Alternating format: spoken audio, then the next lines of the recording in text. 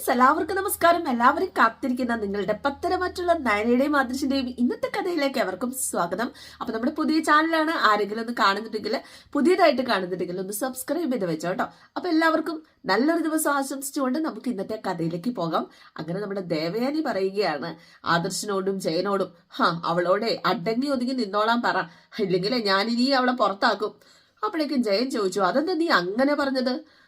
നല്ല മനസ്സറിഞ്ഞ് പ്രവർത്തിക്കുന്ന കൂട്ടത്തിലാണല്ലോ നയനമോള്. എനിക്ക് അവളെ കുറിച്ച് വലിയ അഭിപ്രായമൊന്നുമില്ല.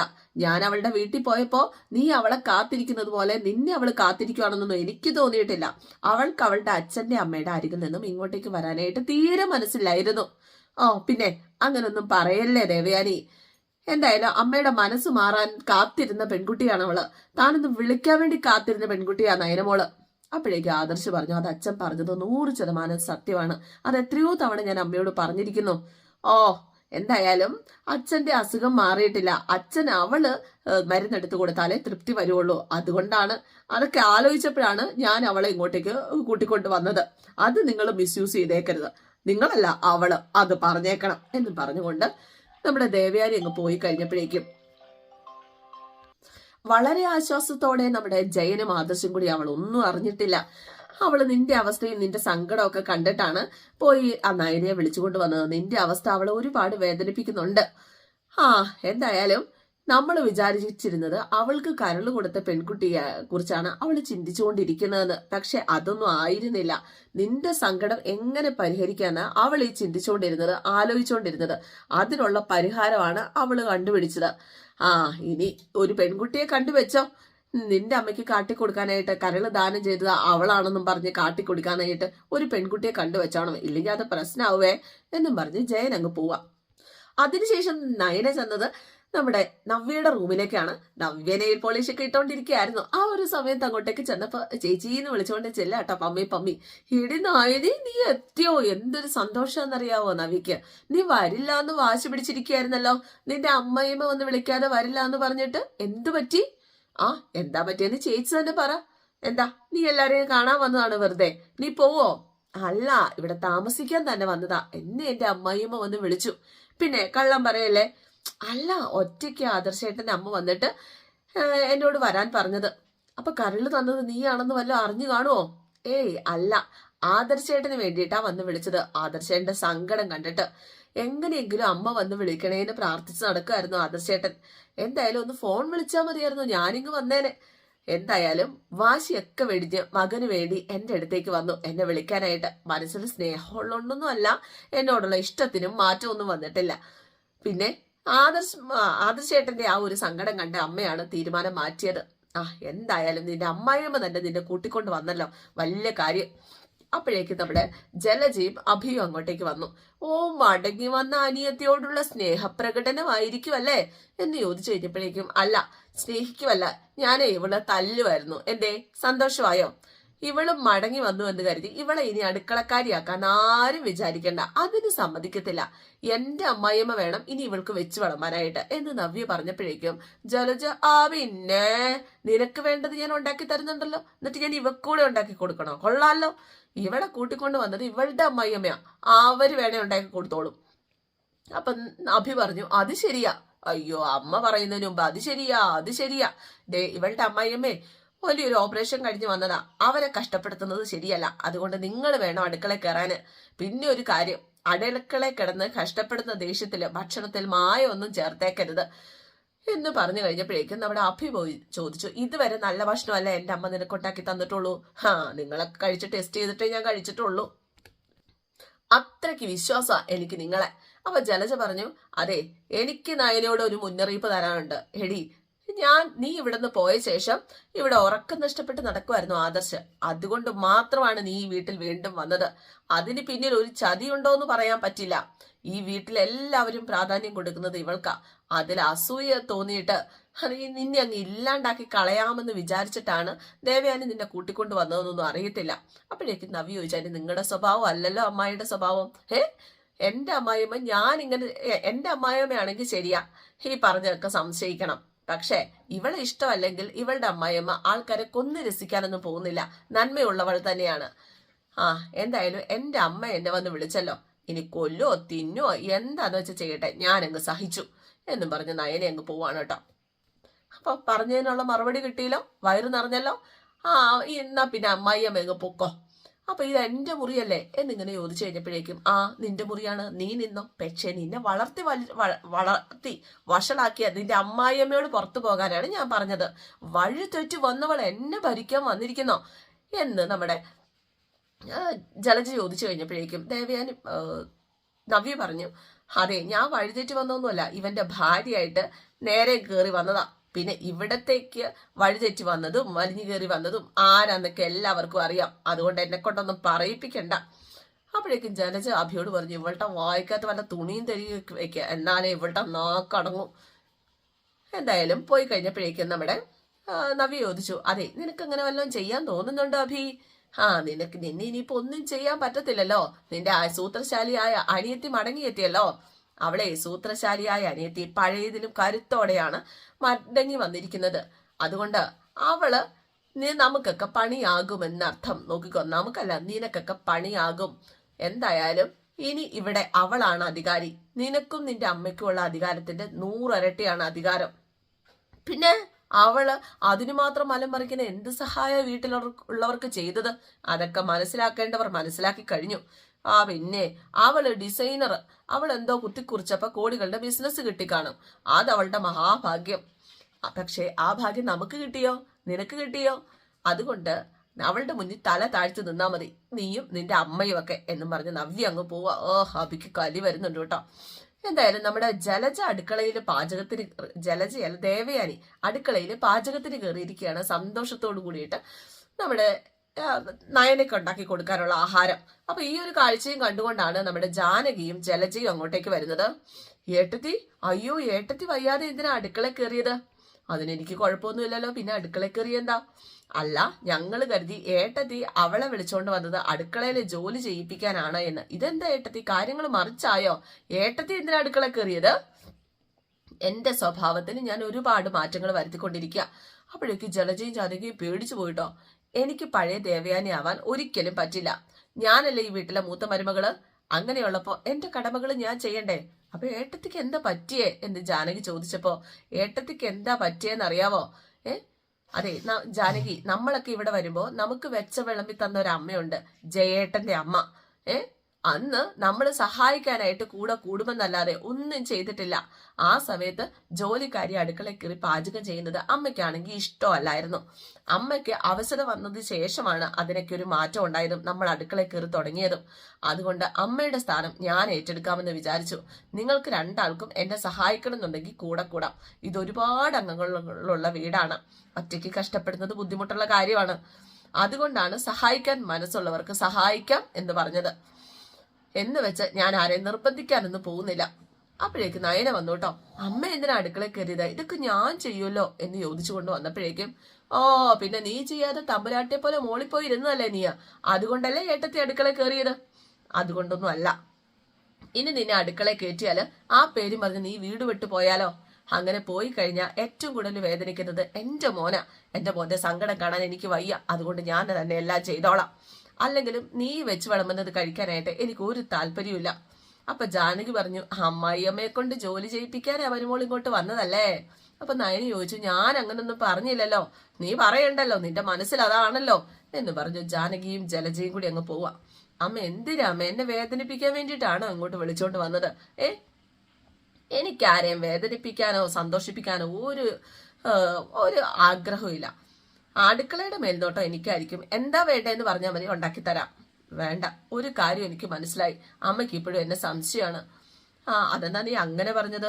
അല്ല, ഞാൻ കാച്ചിയ പാല് കുടിച്ചതിന് ശേഷമാണല്ലോ അമ്മ ഹോസ്പിറ്റലിലായത്. അതുകൊണ്ട് അമ്മയ്ക്ക് ഭയമുണ്ട്, ഞാൻ ഫുഡ് ഉണ്ടാക്കിയാൽ അതില് മായം ഉണ്ടാകുമോ എന്ന്. ഓക്കെ, അങ്ങനെ തന്നെ. അതിന്റെ പേരിൽ ഞാൻ നിന്നോടൊരു തർക്കത്തിനൊന്നും ഇല്ല. അമ്മയ്ക്ക് ജോലി ചെയ്യാനുള്ള ആരോഗ്യമായിട്ടില്ല അമ്മേ, അസുഖം പൂർണ്ണമായിട്ടും ഭേദമായിട്ടില്ല. അത് നീയാണോ തീരുമാനിക്കുന്നത്? നീ ഈ ഭാഗത്തേക്ക് വരണ്ട, എനിക്ക് കുഴപ്പങ്ങളൊന്നുമില്ല.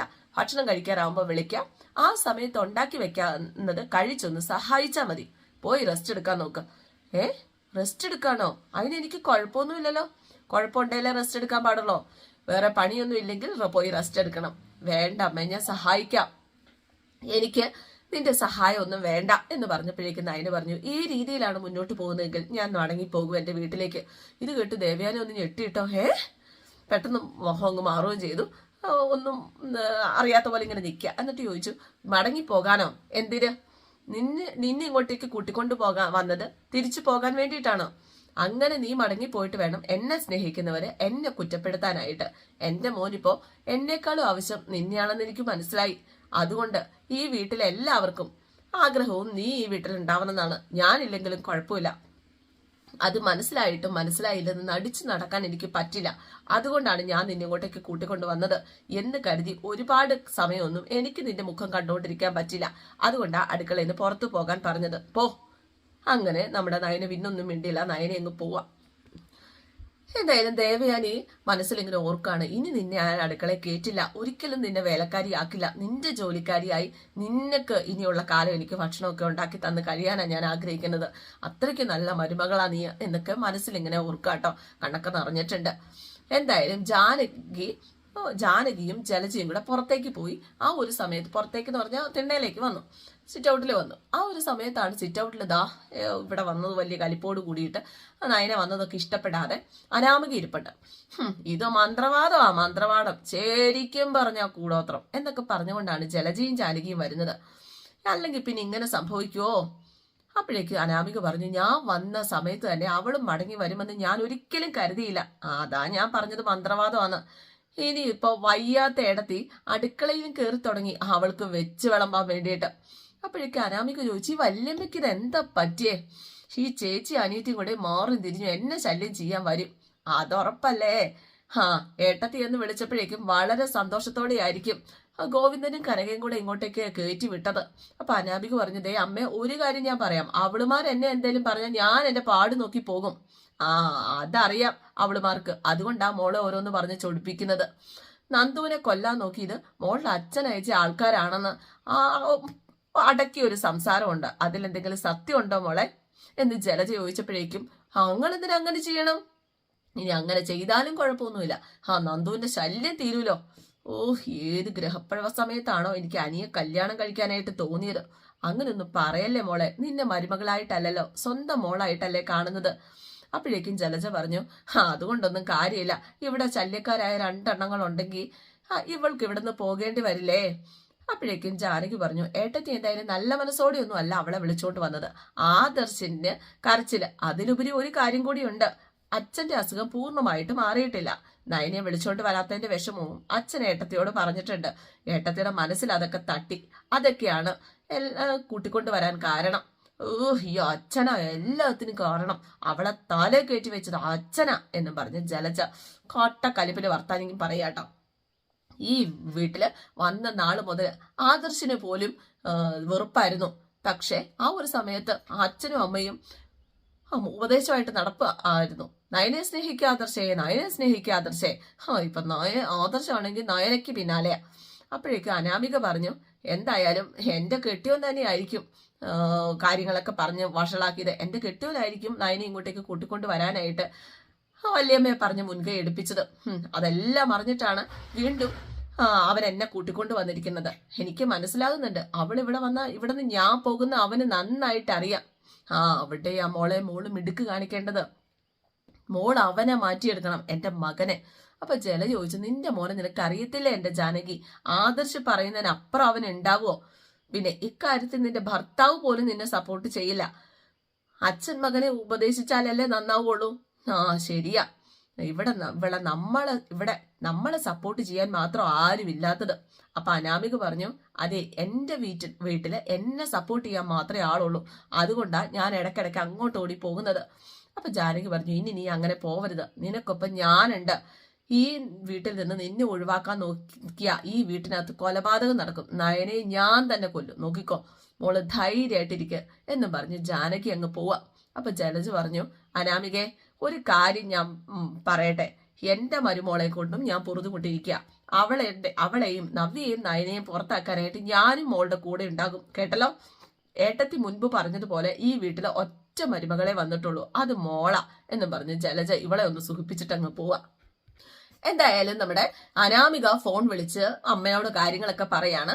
അമ്മ കാര്യങ്ങളൊക്കെ അച്ഛനോട് പറയാ. ഓടി ചെന്ന് ചൂടോട് കൂടി അവിടത്തെ കാര്യങ്ങളൊക്കെ അറിഞ്ഞോ, നയന എത്തിയിട്ടുണ്ട്, നമ്മുടെ മോള് ചെല്ലുന്നു എന്ന് അറിഞ്ഞിട്ടായിരിക്കും വന്നിരിക്കുന്നത്. അതിനാ സാധ്യത കൂടുതല്. പക്ഷെ ഇപ്പൊ അവളെ വിളിച്ചുകൊണ്ട് പോയിരിക്കുന്നത് അവളുടെ ശത്രുവാ, അവളുടെ അമ്മായിയമ്മ തന്നെയാ കൂട്ടിക്കൊണ്ടു പോയെന്ന്. അതെങ്ങനെ ശരിയാകും? അവർക്ക് അവളെ കണ്ണെടുത്താ കണ്ടൂടല്ലോ. ഇപ്പൊ അവര് തന്നെയാ പോയി വിളിച്ചോണ്ട് വന്നേന്ന്. ആദർശിന്റെയും അവന്റെ മുത്തശ്ശന്റെയും സങ്കടം തീർക്കാൻ വേണ്ടിയാ അവരങ്ങനെ ചെയ്തെന്നാ പറയുന്നത്. അത് ശരിയായിരിക്കാം. ഹനിയുടെ മുത്തശ്ശനും മുത്തശ്ശിയൊക്കെ എന്തൊക്കെയാ ഈ നയനയോട് ചെയ്യുന്നത്? സ്വർണം കൊടുക്കുന്നോ, എന്തൊക്കെ ചെയ്യുന്നു? അവരുടെ തലയ്ക്ക് വട്ടാണോ? എനിക്കറിയാം ഇട്ടത് നമ്മുടെ മോൾക്ക് ഇനി വട്ടാവുമെന്നാ. അങ്ങനെയാണെങ്കിൽ സ്ഥിരമായിട്ട് അവൾ ഇവിടെ വന്ന് നിൽക്കുവേ. നീ അവളെ പറഞ്ഞൊന്ന് സമാധാനിപ്പിക്കണം. ഒരു കാരണവശാലും ഇങ്ങോട്ടേക്ക് വരുന്ന നിൽക്കരുതെന്ന് പറഞ്ഞേക്കണം. ഞാൻ പറഞ്ഞിട്ടുണ്ട് അതൊക്കെ. പക്ഷെ അവൾക്ക് ഇപ്പൊ ഭയങ്കര ദേഷ്യാണ്. മോൾ അങ്ങോട്ടേക്ക് ചെന്നപ്പോ തന്നെ അവളും വന്നതാണ് മോൾക്ക് സഹിക്കാൻ പറ്റാത്തത്. ഹനി ഇവിടെ വന്നപ്പോഴും നയനെ കുറിച്ച് പുകഴ്ത്തി പാടുന്നത് കണ്ടില്ലായിരുന്നോ? ഏട്ടത്തിയെ നമ്മുടെ മോള് പിടിച്ചു തള്ളിയത് അവന് ഒട്ടും ഇഷ്ടപ്പെട്ടിട്ടില്ല. അവളുടെ ഏട്ടത്തി ആ ഏട്ടത്തി അങ്ങോട്ടേക്ക് വരണം എന്നായിരുന്നു അവന്റെ ഏറ്റവും വലിയ ആഗ്രഹം. നമ്മുടെ മോള് ചെല്ലണമെന്ന് അവന് ഒരു ആഗ്രഹം ഇല്ലായിരുന്നു. എന്തായാലും നമുക്ക് നോക്കാടി ഇനി ഏതുവരെ ചെന്നെത്തുമെന്ന്. എന്തായാലും നയനയും അവളുടെ അമ്മായിയമ്മയും തമ്മിൽ ഒത്തുപോകില്ല, അതെനിക്ക് ഉറപ്പാ. എന്തായാലും നമ്മുടെ ആദർശിന്റെ ഓഫീസിലെ കാര്യമാട്ടോ പിന്നെ കാണിക്കുന്നത്. ഓഫീസിലെത്തിയ ആദർശിന്റെ മുഖത്ത് ഭയങ്കര സന്തോഷമാണ് കേട്ടോ. അപ്പൊ മാനേജർ ചോദിച്ചു, എന്താ സാർ പുതിയ ഓർഡർ വല്ലതും കിട്ടിയിട്ടുണ്ടോ? അങ്ങനെയൊന്നുമില്ല. അല്ല, വൈഫിന് എന്തെങ്കിലും വിശേഷമുണ്ടോ സാർ? ഓരോരുത്തർ ഇങ്ങനെ മാറി മാറി ചോദിക്കുക കേട്ടോ. ഒരു വിശേഷമുണ്ട് എന്ന് കരുതി നീ ഉദ്ദേശിക്കുന്ന വിശേഷമൊന്നുമല്ല. നയന് അവളുടെ വീട്ടിൽ നിന്നും മടങ്ങി വന്നു. അമ്മയാ അവളെ പോയി കൂട്ടിക്കൊണ്ട് വന്നത്. സാറിന്റെ ജീവിതത്തിലെ ഏറ്റവും വലിയ സന്തോഷമാണല്ലോ അത്. ഒരിക്കലും നടക്കില്ല എന്ന കരുതിയ കാര്യമാണ് നടന്നിരിക്കുന്നത്. ആ സന്തോഷം എനിക്ക് മറച്ചു വെക്കാൻ പറ്റില്ല. പവിത്രയ്ക്ക് ഇഷ്ടപ്പെടുമോന്ന് എനിക്കറിയത്തില്ല, എന്നാലും ഞാൻ പറയുക എന്നും പറഞ്ഞ് മറ്റൊരു സ്റ്റാഫ് പവിത്ര എന്ന സ്റ്റാഫിനോട് പറയുകയാണ്, അതെ സാറിന്റെ ഭാര്യ പോലൊരു സ്റ്റാഫ് അല്ലെങ്കിൽ സാറിന്റെ ഭാര്യയെ പോലൊരു മേഡം നമ്മുടെ ജ്വല്ലറിയുടെ ചരിത്രത്തിലുണ്ടായിട്ടില്ല. അപ്പൊ പിന്നെ മേഡം വീട്ടിലേക്ക് കൂട്ടിക്കൊണ്ടുവന്ന സ്ഥിതിക്ക് ഇങ്ങോട്ടേക്ക് കൂടി കൂട്ടിക്കൊണ്ടു വരേണ്ടത് ഇവിടുത്തെ ചീഫ് ഡിസൈനർ എന്ന നിലയ്ക്ക് തനിക്ക് കുഴപ്പമൊന്നുമില്ലല്ലോ അല്ലെ? ഇനി ഇവിടുത്തെ ചീഫ് ഡിസൈനർ ആക്കിയാലോ? എനിക്ക് ഒരു കുഴപ്പമില്ല, ഞാൻ സന്തോഷം മാത്രമേ ഉള്ളൂ. സാറിനോട് ഞാൻ ഇടയ്ക്കിടയ്ക്ക് പറയാറുള്ളതാ. അതൊക്കെ അമ്മയുടെ പരിധിയിലുള്ള കാര്യമാണ്. അങ്ങനെ ഒരു ദിവസം ഉണ്ടാകുമായിരിക്കും. അതെ, ആഭരണങ്ങൾ ഡിസൈൻ ചെയ്യാൻ മാത്രമല്ല ജീവിതം ഡിസൈൻ ചെയ്താനും നല്ല മിടുക്കുള്ള കൂട്ടത്തിലാണ് നയന. സ്വന്തം ഭാര്യ ആയതുകൊണ്ട് പുകഴ്ത്തി പറയൊന്നും അല്ലാട്ടോ, അതാണ് സത്യം. അതുകൊണ്ട് അവളുടെ ജീവിതത്തിൽ നല്ലത് മാത്രമേ സംഭവിക്കുകയുള്ളൂ. ചേട്ടന്റെ വാക്കുകൾ പൊന്നാവട്ടെ, അവൾക്ക് ഈ കമ്പനിയിലെ ചീഫ് ഡിസൈനർ ആകാൻ കഴിയട്ടെ എന്നും ആദർശ സ്റ്റാഫിനോട് ഇങ്ങനെ പറയുകയാണ്. ഇതേ സമയം നയന ഓരോ ഡിസൈനൊക്കെ എടുത്ത് ഇങ്ങനെ നോക്കിക്കൊണ്ടൊക്കെ ഇങ്ങനെ ഇരിക്കുക കേട്ടോ. അപ്പൊ എല്ലാവർക്കും ഇഷ്ടമായി എന്ന് വിചാരിക്കുന്നു. ഇഷ്ടപ്പെട്ടിട്ടുണ്ടെങ്കിൽ ലൈക്ക് ചെയ്യാനും കമന്റ് ചെയ്യാനും മറക്കണ്ട. നിങ്ങൾ പ്രത്യേകം ഓർക്കുക, നമ്മുടെ പുതിയ ചാനലാണ്, ഒന്ന് സബ്സ്ക്രൈബ് ചെയ്ത് വെച്ചോളുക. See you again. Thank U.